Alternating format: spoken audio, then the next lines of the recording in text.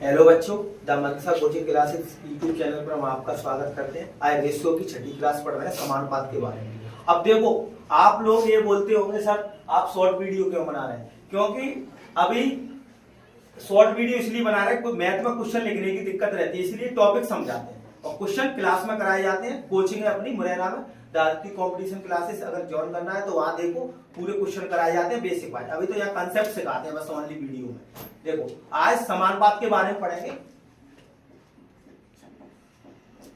समानुपात के बारे में पढ़ेंगे। समानुपात का मतलब क्या होता है? दोनों रेशियो बराबर होना चाहिए। जैसे मैंने बोल दिया ए अनुपात बी, ये समानुपात का सिंबल होता है। तो ए अनुपात को भाग के रूप में भी लिख सकते हैं, ए अपॉन बी, सी अपॉन डी। ये दोनों चीज बराबर हो गई तो ये समानुपात कहलाता है। जैसे जो क्वेश्चन आता है पहला, 3x समानुपात 9 और 12। अब देखो इसको सॉल्व कैसे करेंगे बेसिक से। 3 अपॉन x की वैल्यू क्या करेंगे 9 अपॉन 12, तो कितना हो जाएगा 9x बराबर 36, तो x बराबर 4 आ जाएगा। अब इसको ऐसे सॉल्व नहीं करेंगे, इसमें स्टेप बढ़ रही है और टाइम भी लग रहा है, तो क्या करेंगे? देखो, नजदीक का गुणा नजदीक से, दूर का गुणा दूर से करेंगे। नजदीक का गुणा नजदीक से, दूर का गुणा दूर से, तो कितना हो गया 9x बराबर 36, तो x बराबर कितना हो गया 4। 9 का भाग देंगे तो 4 ही आ जाएगा। ठीक है, ये समानुपात होता है। समानुपात का मतलब दोनों अनुपात बराबर होता है। अब देखो इसके बेस पर सवाल आते हैं, इधर बता रहा हूं। देखो, सबसे पहले आता है प्रथम अनुपात। प्रथम अनुपात का मतलब समानुपात ही होता है। ए अनुपात बी समानुपात सी अनुपात डी।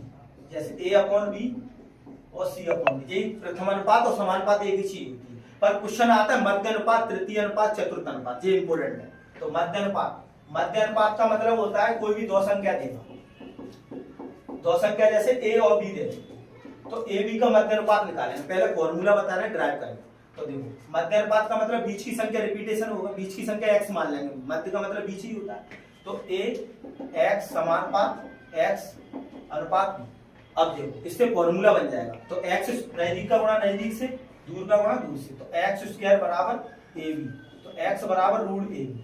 ये मध्य अनुपात का फॉर्मूला बनेगा, पर इसको बस याद रखेंगे और डायरेक्ट क्वेश्चन करेंगे रूट लेके।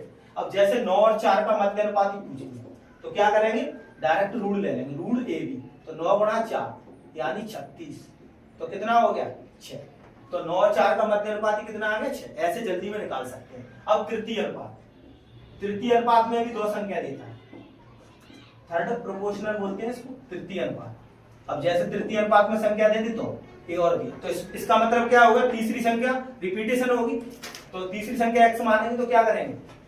इसको पहले समानुपात के रूप में लिखना जरूरी है, लिखना आना चाहिए। जैसे a अनुपात b समानुपात b अनुपात x, इसमें लास्ट वाली संख्या को रिपीट करके लिख देंगे। ये लिखने का तरीका है समानुपात में। तो नजदीक का गुणा नजदीक से, दूर का गुणा दूर से, फॉर्मूला ड्राइव करके बता रहे हैं। तो बी स्क्वायर हो गया x बराबर बी स्क्वायर बटे a। ये बस याद रखना है, माइंड में लगाना नहीं है फॉर्मूला। अब जैसे 20 और 30 का तृतीय अनुपात पूछेगा, तो क्या करेंगे? लास्ट वाली संख्या का स्क्वायर करके फर्स्ट वाली संख्या से भाग दे देंगे, तो 30 गुणा 30 बटे 20, ये तृतीय अनुपात ही निकल जाएगा। तो कितना आ गया? x बराबर 45। ऐसे तृतीय अनुपात निकाल सकते हैं। अब आता है चतुर्थ अनुपात। चतुर्थ अनुपात का मतलब 3 संख्या देगा इसमें क्वेश्चन में, जैसे a b और c। अब चतुर्थ अनुपात का मतलब चौथी संख्या x माननी पड़ेगी इसमें, तो इसको समानुपात के रूप में कैसे लिखेंगे? a अनुपात b समानुपात c अनुपात x। तो देखो, नजदीक का गुणा नजदीक से, दूर का गुणा दूर से, तो ax बराबर bc, तो x बराबर bc अपॉन a। ये मतलब चतुर्थ अनुपात हो गया। इसको कैसे निकालेंगे जल्दी में? देखो, 15 30 और 45 का चतुर्थ अनुपात निकालना है, तो क्या करेंगे? 15 अनुपात 30 समानुपात 45 अनुपात x, ऐसे लिखते हैं।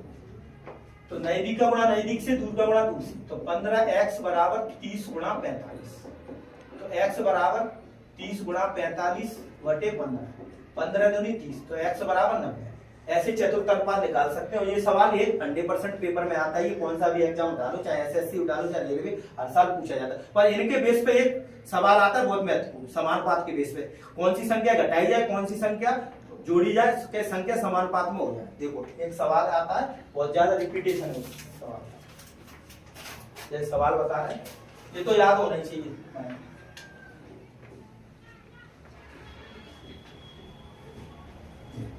अब जैसे ये 6, 15 और 20 और 43 में क्या जोड़े कि संख्या समानुपात हो जाए, संख्या समानुपात हो जाए। इसका मतलब क्या हो रहा है कि कौन सी संख्या जोड़ी जाए कि दोनों अनुपात बराबर हो जाए। अब जैसे 6 अनुपात 15 समानुपात 20 अनुपात 43, इसका मतलब यही तो हो गया। और ये कह रहा है कौन सी संख्या जोड़ी जाए कि संख्या समानुपात में हो जाए। तो देखो अब इसका अपन बेसिक से करेंगे तो बहुत लेंथी प्रोसेस है इसकी। देखो बेसिक से बताता हूं। देखो 6 माना x जोड़ी जाए तो 6 + x 15 + x 20 + x 43 + x। अगर इसको सॉल्व करेंगे क्रॉस मल्टीप्लाई करके तो x² बन जाएगा। तो बहुत लेंथी प्रोसेस हो जाएगी x की वैल्यू, पर मैं इसका एक शॉर्ट अप्रोच बताता हूं, इससे भी शॉर्ट बताऊंगा अभी। तो क्या करेंगे अपन अंतर ले लेंगे। 6 और 9 का अंतर कितना हो गया? 6 और 15 का अंतर कितना हो गया? 9। और 20 और 43 का अंतर कितना हो गया?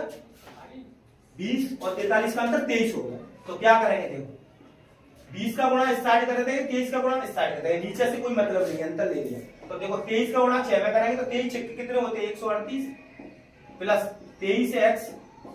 अब इधर 20 का गुणा इसमें करेंगे तो 180 और प्लस 9x। अब देखो 23 में से 9x घटाएंगे तो कितना बचा? 23 में से 9x घटाएंगे तो 14x बचा।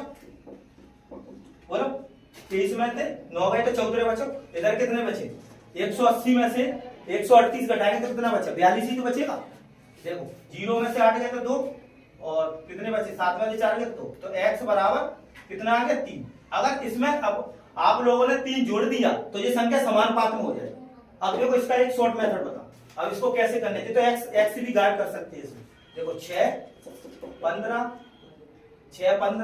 और 20, 43 ऐसे लिखना है। तो क्या करेंगे, ये दोनों का अंतर लेंगे। 15 और 6 का अंतर कितना हो गया? 9 और 20 और 43 का अंतर 23। तो क्या करेंगे, इसका गुणा इसमें करेंगे, इसका गुणा इसमें करेंगे। ये दोनों का अंतर लेंगे। अंतर का मतलब होता है बड़े में से छोटा बड़ा। अगर इसको इसका गुणा इसमें करेंगे तो फिर इसका गुणा इसमें करना पड़ेगा। कौन सी 60 से निकाल सकते हैं। तो 23 चक्के कितने होते हैं? 2 से 38 माइनस 20 नंबर 180। अब ये दोनों का अंतर लेंगे तो कितना होगा? 14। तो कितना बचा? 42/14। कितना आंसर आ गया? 43। वो 42 में 14 को भाग देंगे तो कितना आ गया? 3। तो ऐसे जल्दी में निकाल सकते, शॉर्ट प्रोसेस होती है। अब देखो एक सवाल आता है बहुत इंपोर्टेंट, मध्य अनुपात ही पूछेगा। इसको ऑप्शन से भी सॉल्व नहीं कर सकते, x का मान निकालना पड़ेगा, फिर मध्य अनुपात ही पूछता है। अभी एनटीपीसी 2025 में पूछा गया। देखो 2025 का सवाल कर रहा हूं।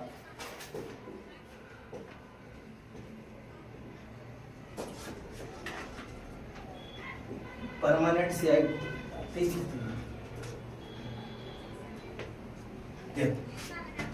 अब ये सवाल आया है ये वाला 23, 39, 32, 56 में से क्या घटाया जाए? क्या घटाया जाए कि संख्या समानुपात में हो जाए? घटाया जाए चाहे जोड़ा जाए, एक ही चीज होती है। अब देखो इसमें पूछा x + 4 3x + 1 का मध्य अनुपात ही क्या होगा। अब इसको ऑप्शन से सॉल्व नहीं कर सकते, जब तक x की वैल्यू नहीं निकालेंगे तो ऑप्शन से सॉल्व नहीं होगा। तो क्या करेंगे भाई, अब देखो फास्ट करा रहे हैं इसको। 23 और 39 लिखेंगे, इधर 32 और 56 लिखेंगे। ये दोनों का अंतर लेंगे। 23 और 39 का अंतर लेंगे तो कितना आ गया? 4 9 में से 3 गए तो क्या बचे? 6 और 1 16। इधर कितना बचा? 4 और 2 16 और 24 आ गया। पर इसको और सरल बना लेंगे तो कितना बचा? 2 और 3। अब क्या करेंगे भाई, 23 दिए 69 अंतर लेंगे और 32 दूनी कितने हो गए? 64। इधर अंतर कितने का? 1 का। तो x बराबर कितना आ गया? 5 आ गया। अब जब x की वैल्यू निकलने आई तो अपन डायरेक्ट ही मध्य अनुपात निकाल सकते हैं। कैसे?